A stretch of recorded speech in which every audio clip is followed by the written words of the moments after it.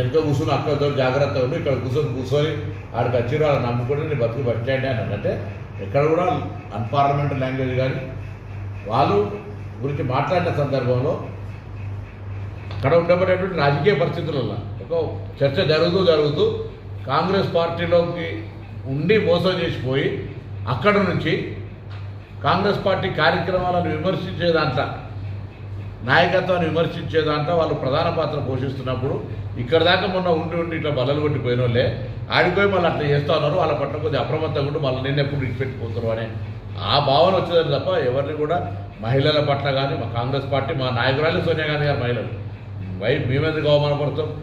ఆనాడు అదే సభల ఒక గిరిజన మహిళను పట్టుకొని నాలెడ్జ్ లేదని మాట్లాడినటువంటి పరిస్థితులు దృశ్యమైంది కొంత సభ్యులు. సో ఇటువంటివి జరుగుతూ ఉన్నాయి. సభ లోపల అనేక అంశాలు జరుగుతాయి. దాన్ని అంతసేపు రాజకీయంగా పట్టుకొని ఉండాల్సిన అవసరం లేదు. దానికి కౌంటర్ పార్టీ చేసినారు, మీరు మైకి చేయడానికి సిద్ధంగా ఉంటారు, తర్వాత బయట చేసినారు. ఇవన్నీ కూడా రాజకీయపరమైనటువంటి అంశాలు జరుగుతున్నాయి. అక్కడెక్కడ కూడా అన్పార్లమెంటరీ కానీ ఎవరికి కించపరిచే విధంగా కాదు. మమ్మల్ని మోసం చేసిపోయారు, మీరు కూడా జాగ్రత్తగా ఉండవు అని చెప్పేటువంటి భావన ఇది పొలిటికల్ లాంగ్వేజ్. సార్ ఇప్పుడు ఇక్కడ పెన్షన్ 4,000 చేశారు, మనకు అక్కడ చేస్తామని ఇంకా పెంచలేదు కదా, దాని మీద కాస్త అసంతృప్తిగా ఉన్నారు. ఇప్పుడు మనిషికి ఎప్పుడు కూడా 100% సాటిస్ఫాక్షన్ ఉండదు. కాకపోతే మేము ఒకడానికి ఒక కార్యక్రమం చేసుకుంటూ అవుతాం. ఇప్పుడు ఇక్కడ మహిళలకు బస్ స్టాండ్ కాలేదు అట్లా ఎవరు ఒక్కొక్క ప్రయారిటీస్. మేము తప్పకుండా మా దగ్గర ఉండేటువంటి పరిస్థితుల వల్ల మేము రైతు రుణమాఫీ చేయాలని నిర్ణయం చేసుకున్నాము. మేము 200 యూనిట్ల కరెంట్ ఇస్తున్నాము. మేము ఉచిత మహిళలకు బస్సు ఇచ్చినాము, ఆరోగ్యశ్రీ కార్యక్రమం ఇచ్చినాము, రేపు పొద్దున 500 గ్యాస్ సిలిండర్ ఇచ్చినాము, ఇంకా ఇందిరా మిడ్లీ పోతా ఉన్నాము. ఇట్లా ఈ కార్యక్రమాలు ప్రయారిటీస్ ప్రకారం పెన్షన్ వల్ల వికలాంగులు వృద్ధులు అందరూ హ్యాపీగా ఫీల్ అవుతారు కదా సార్, వాళ్ళు చాలా యూఆర్ రైట్. తప్పకుండా మా ప్రభుత్వం ఆ దిశలో కొంత ఆర్థికపరమైనటువంటి ఒత్తిళ్ల వల్ల ఆలస్యం జరిగిన ఆలస్యమే తప్ప దాన్ని ఇవ్వకుండా పోయేటువంటి పరిస్థితి ఉంది. ఇప్పుడు మొన్న మధ్యన హైదరాబాద్ వచ్చినప్పుడు 2 ముఖ్యమంత్రులు, అందులో నేను కూడా ఒక రాష్ట్ర మంత్రిగా ఉన్నా, తెలంగాణకు సంబంధించి కొన్ని శాస్త్రీయంగా అంటే ఇద్దరు మాట్లాడుకొని కప్పు నాది సాసర్ నీది, సాసర్ నాది కప్పు నీది అనే ఒక చిన్న అడ్జస్ట్మెంట్ ఉంటే సమస్య పరిష్కారమయ్యే పరిస్థితులు ఉన్నాయని పరిష్కారం చేసుకుంటారు అధికారులు. సానుకూలంగా విభజన హామీలు పరిష్కారం చేసుకొని 2 రాష్ట్రాల ప్రయోజనాలకు భంగం కలగకుండా, ప్రజల ఆకాంక్షలకు ఎటువంటి సెంటిమెంట్స్కి ఎక్కడ కూడా ఇబ్బంది లేకుండా కేంద్రం నుంచి రావాల్సినటువంటి అంశాలు ఇద్దరు కూడా కలిసి తెలుగు గొంతుగా కేంద్రం ద్వారా నిధులు తెచ్చుకోవాలనేటువంటి ఒక ఆలోచన కొద్ది జరుగుతోంది. అందులో వాళ్ళు కూడా ముందుకొచ్చారు, మేము కూడా ముందుకొచ్చాం. ఈ సమృద్ధ వాతావరణంతో 2 రాష్ట్రాల మధ్యలో ఉన్న చిన్న అంశాలు, ఇవన్నీ ట్రాన్స్పోర్ట్ ఇష్యూలు కూడా ఉన్నాయి. ఈ మధ్యలో ఎప్పుడో ఒకసారి నేను విజయవాడ అయినప్పుడు ట్రాన్స్పోర్ట్ మినిస్టర్ కూడా కలుస్తాం. అట్లా ఇష్యూస్కి సంబంధించి అన్ని రిజాల్వ్ చేసుకొని 2 రాష్ట్రాల అభివృద్ధి దిశ లోపల 2 ప్రభుత్వాలు వ్యక్తుల కంటే 2 ప్రభుత్వాలు కేంద్రం నుంచి నిధులు తీసుకొచ్చే విషయం లోపల ఐక్యంగా ఉండాలనేటువంటి ఒక కాన్సెప్ట్.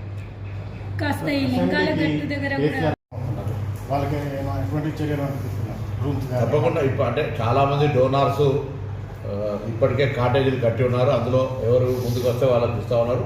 తప్పకుండా ప్రభుత్వం తరఫున మీరు చెప్పినట్టుగా ఇక్కడ నుంచి వచ్చేదాంట్లో ఇది సరే తెలుగు వాళ్ళం భక్తులు ఎక్కువ, తెలంగాణకు సంబంధించిన వాళ్ళే 50-60% పైన ఎక్కువ మంది వస్తూ ఉన్నటువంటి పరిస్థితుల్లో దేశం మొత్తం మీద, ఎందుకంటే చాలామంది మా మిత్రులు నార్త్ ఇండియా నేను పార్లమెంట్ మెంబర్ చేసిన కాబట్టి అరే మల్లికార్జునకే పాస్ జానా, మల్లికార్జున అంటారు వాళ్ళు, మల్లికార్జునకే పాస్ జానా అనేటువంటి మాట మీద వస్తూ ఉంటారు వాళ్ళు నేరుగా.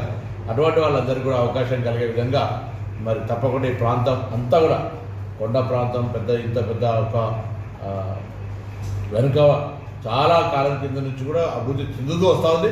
ఇంకా శ్రీశైలం మల్లికార్జున స్వామి ఆశీర్వచనంతో తెలంగాణ రాష్ట్రానికి సంబంధించిన కాటేజీలు కూడా నిర్మాణం కావాలి. తిరుమల తిరుపతి దేవస్థానం వాళ్ళు సహకరించాలి.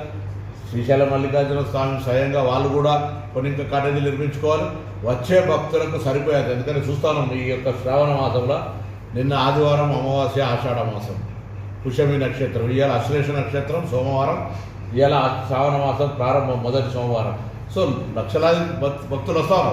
వాళ్ళకి ఇబ్బంది లేకుండా దేవాలయం కూడా అన్ని అభిషేకాలు రద్దు చేసి ఇటువంటి అన్నీ చేసి ప్రజలకు దర్శనం ఇంపార్టెంట్ కాబట్టి ఎటువంటి లేకుండా చేసే ప్రయత్నం చేస్తారు. వాళ్ళు కూడా they are managing, trying to manage. భక్తులు దర్శనానికి వచ్చినప్పుడు ఇబ్బంది అయినా మంచి అయినా దర్శనం చేసుకొని పోవాల్సి ఉంటుంది. మీరు అన్నట్టుగా తెలంగాణ నుంచి కూడా ప్రభుత్వం తరఫున దేవాదాయ శాఖ మంత్రి గారు, ముఖ్యమంత్రి గారు దృష్టికి తీసుకెళ్ళి ఇక్కడ కూడా వచ్చే భక్తులకు వసతి సౌకర్యం కొరకు తప్పకుండా తేలిక చర్యలు తీసుకుంటారు. ప్రధానంగా కేంద్రం మన బడ్జెట్లో వస్తుంది, కానీ తెలంగాణకు తీవ్ర అన్యాయం చేసింది. దానిపై మీరేవారు? అంటే ఇప్పుడు మేము ఎప్పుడు కూడా పక్క అన్నదమ్ముల్లాగా కలిసి ఉన్న ఆంధ్రప్రదేశ్కు నిధులు రావాలని చాలా సందర్భాలు కూడా నిధులు రావాలి. విభజన చట్టంలో ఆంధ్రప్రదేశ్ తెలంగాణ రెండు వేరుపడ్డ రాష్ట్రాలు. కేంద్రం అనేటువంటిది తెలంగాణ మీద సీతకన్ను పెట్టింది, ₹1 కూడా ఇవ్వలేదు. బీజేపీకి సంబంధించి రెండు రాష్ట్రాలకు నూతనంగా ఏర్పడినటువంటి ఈ ప్రాంతాలకు విభజన హామీల మేరకు అవన్నీ కూడా అమలు చేయాలి. అది విద్యుత్ ఉత్పాదన కావచ్చు, లేకపోతే వైద్యపరంగా కావచ్చు, విద్యాపరంగా కావచ్చు, పారిశ్రామికీకరణంగా కావచ్చు, ఇరిగేషన్ పరంగా కావచ్చు, ఏ రంగంలోనైనా ప్రభుత్వం అనేటువంటిది కేంద్రం ఫెడరల్ సిస్టంలో, it's a democratic country. Federal సిస్టంలో ఇప్పుడు మేము రూపాయి పన్ను కడితే మా 43% తిరిగి వస్తూ ఉన్నది. అదే వేరే ఉత్తరప్రదేశ్ లాంటి రాష్ట్రం రూపాయి కడితే ₹7 వాళ్ళకి వాపసు పోతుంది డెవలప్మెంట్ పేరు మీద. ఈ వ్యత్యాసం ఉన్నటువంటి పరిస్థితుల్లో తెలంగాణకు అన్యాయం జరిగిందని శాసనసభలో తీర్మానం చేసినాం, కేంద్రాన్ని డిమాండ్ చేస్తూ ఉన్నాం. మొన్న జరిగినటువంటి మీటింగ్ను కూడా బహిష్కరించడం జరిగింది. ఆ విధంగా కేంద్రం తెలంగాణను నిధులు ఇవ్వాలి, అదేవిధంగా ఆంధ్రప్రదేశ్ కూడా నిధులు ఇవ్వాలి. సదరన్ స్టేట్స్కి సంబంధించి పక్కా అభివృద్ధికి సంబంధించి ఎందుకంటే అన్ని అభివృద్ధి చెందిన విధంగా మనం ఎడ్యుకేషన్ కావచ్చు, ఇన్ఫ్రాస్ట్రక్చర్ కావచ్చు, కొద్దిగా ప్రోగ్రెస్ ఉన్నాం. మనం hard working people, smart working people, ఇవాళ మనం ఆ విధంగా ముందుకు పోతా ఉన్నాం. కాబట్టి ఈ తెలంగాణకు సంబంధించి ఆంధ్రాకు సంబంధించిన విషయంలో కూడా ముఖ్యంగా నేను తెలంగాణ బిడ్డగా తెలంగాణ ప్రాంతానికి అన్యాయం జరిగిందనేది గొంతెత్తి తిప్పినాం. బరాబర్గా భారతీయ జనతా పార్టీ నాయకత్వం, ఇద్దరు కేంద్ర మంత్రులను మా రాష్ట్రం నుంచి వాళ్ళ మీద బరాబర్ ఒత్తిడి చేస్తాం. రాష్ట్రానికి నిధులు తీసుకురావాలనే బాధ్యతను వాళ్ళ మీద భుజస్కంధాల మీద ఉందని మేము బరాబర్గా చెప్తాం. సార్, మొన్న జరిగిన రైతు రుణమాఫీ విషయంలో బీఆర్ఎస్ నేతలు కొంతమందికి చేరిన కాంగ్రెస్ నాయకులకు మిగతా వాళ్ళకి చేయాలని ఒక కామెంట్ చేశారు. దానిపై మీరేమంటారు? ఇప్పుడు ₹1,00,000 మొదటి దశలో వాళ్ళలాగా ₹1,00,000 5 కిస్తులా లేదు, 2 లక్షలు చేస్తామని చెప్పి ₹1,00,000 లోపల ఉన్నటువంటి 99,999 ఉన్న వాళ్ళందరికీ కూడా పేమెంట్ చేసేసాం. దాని తదుపరి మొన్న ₹1,50,000 ఉన్న వాళ్ళందరికీ పేమెంట్ చేసినాం. ఇప్పుడు వారం 10 రోజుల లోపల 2 లక్షల లోపల ఉన్న వాళ్ళందరికీ పేమెంట్ చేస్తాం. అది చేయకముందే అట్లా మాట్లాడితే వాళ్ళ అవివేకం. దాని తదుపరి మేము ఒకటే మాట చెప్తాము, మేము ఒక కటాఫ్ డేట్ పెట్టుకున్నాం. ఆ డేట్ ప్రకారంగా అప్పటికి మేము ఆ డేట్ పెట్టుకోవడానికి 5 సంవత్సరాల కాలం పడుతుంది. టీఆర్ఎస్ పరిపాలించిన 2018 నుంచి 2023 డిసెంబర్ 9 దాకా ఈ యొక్క కాల పరిమితిలో ఎవరైతే రుణం తీసుకున్నారో వాళ్ళందరికీ మేము మాఫీ చేస్తామని చెప్పినాం.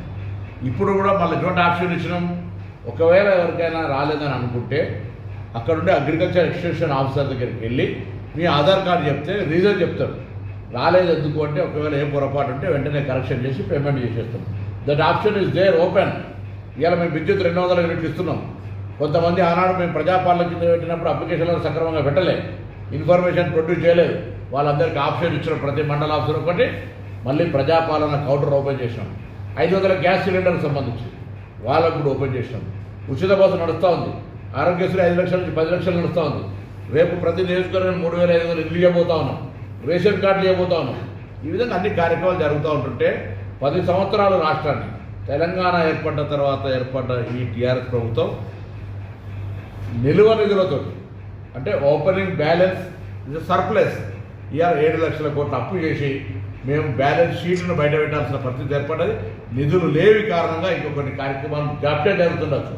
బట్ ఆ మల్లికార్జున స్వామి ఆశీర్వచనం కావచ్చు, లేదా మా దగ్గర యాదగిరి లక్ష్మీ నరసింహ స్వామి కావచ్చు, వేములవాడ రాజరాజేశ్వర స్వామి కావచ్చు, భద్రకాళి కావచ్చు, అన్ని రకాల ఆ భగవంతుని ఆశీర్వచనంతో 100%గా మా ఆశీర్వచనాన్ని పూర్తి చేస్తాం. టీఆర్ఎస్ పార్టీ చూస్తుండగానే ఇన్ని హామీలు అమలైనాయి, భవిష్యత్తులో కూడా అన్ని హామీలు అమలు చేసే విధంగా ఆ భగవంతుడు ఆశీర్వచనం ఉంటుంది. ఆర్థికంగా పరిపాలించే మేనేజ్మెంట్ చేసే కెపాసిటీ ఉంది. దుబారా తక్కువ చేస్తాం, అవినీతి తక్కువ చేస్తాం, దుర్వినియోగం చేసి దుర్వినియోగం లేకుండా చేసి ఈరోజు నిధులు తీసుకొచ్చేటువంటి విధంగా ప్రయత్నం చేస్తాం. అసెంబ్లీలో